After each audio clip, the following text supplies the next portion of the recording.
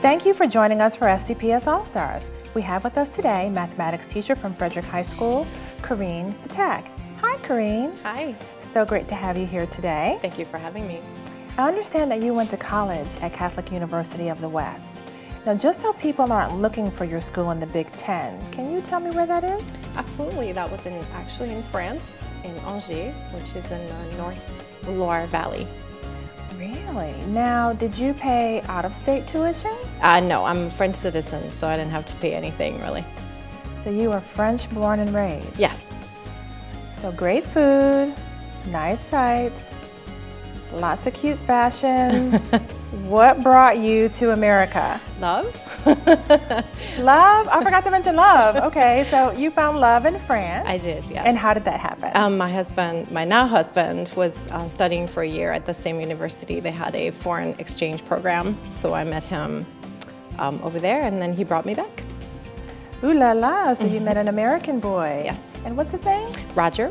Roger. Do you have any children? I do. We have a daughter, Mila. Okay.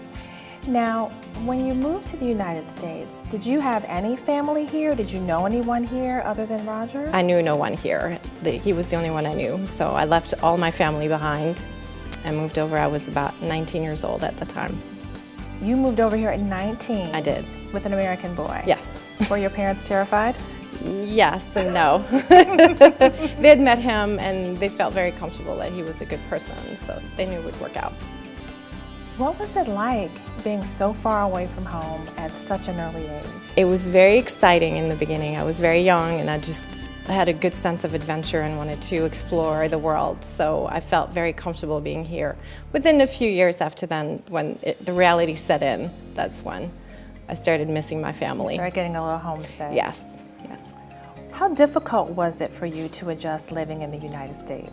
It was not difficult, but it was a challenge, which I gladly took on. It was difficult to not have my family around, but I loved the English language, I always did, and I liked the welcoming of the American people. And you were fluent in English when you moved here? I was, but I learned British English, so my accent was very different when I moved here. A French person with a British accent. Did you get teased a lot? Yes. Are you still fluent in French? It's difficult for me to talk in long sentences. In particular, if I talk to my mother, we get along and I kind of make up words and she understands what I'm saying, but in public it'd be a little bit more embarrassing. Do you speak other languages? I learned Spanish. I'm not fluent in it, but I'm good enough that I can talk to my students. I also learned Italian and Russian when I was in France. Out of those languages, which one do you think is more user-friendly? Definitely English, more technical, more not as poetic, so you don't have to make long sentences to make yourself understood. I learned a little bit of French and the liaisons and dropping all the consonants off the ends of the words always messed me up. But how did you deal with idioms? The idioms are the most difficult, I think, too, and probably the last ones to get. I've said many things that probably were not school appropriate by mistake. It was not intentional. And so that's been a point of, my colleagues make a lot of fun of me because of that, so they think it's very funny. Can you give me an example of one of your French idioms? One of the latest ones I said was to actually, instead of saying going through the roof, I said going off the roof. And so that had completely different meaning. So I think it does.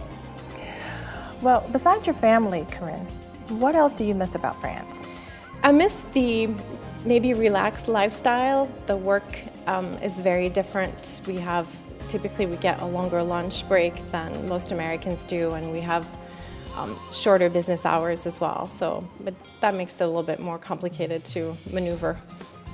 You get shorter days and longer lunches. Yes. And somehow we end up being the most productive, or we were at least the most productive in the 1990s. So, how does that work in terms of going to school or, on the weekends? What's the difference between being there and being here? It's very different school-wise. Even during elementary school, we have school on every day except Wednesday afternoon, but we would have school on Saturday mornings as well. Really? Mm-hmm. And then it's also more relaxed as well. We also get an hour and a half for lunch during school days, which nobody gets here, correct? So. Lunch? Okay. I've heard of that. I know it's out there somewhere. What would a typical school day be like in France? Like if you were in high school, what would a typical day be like? What time would you start?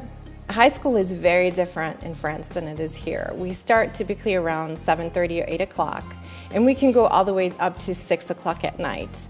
The big difference, though, is that we don't have a whole day that's scheduled from 7:30 to 6. We have 7:30 maybe to 9, and then we have a break for about an hour and a half, and then we have another class. So it's more like a college type feel than it is high school. Mm-hmm.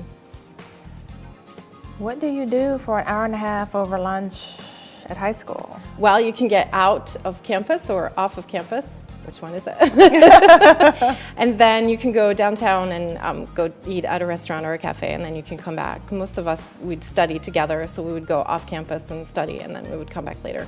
Okay, so you have a lot more freedom, it sounds like. Yes. In France, so it must be very different here. Very different, yes. Not different bad. No, not Just necessarily. different. Yes, just different. Well, thank you so much, Karine, for taking the time to share your story and your interesting French background that I'm sure a lot of people weren't aware of. And thank you so much for joining us for FCPS All Stars. Stay tuned for our next adventure, and don't forget, shine on.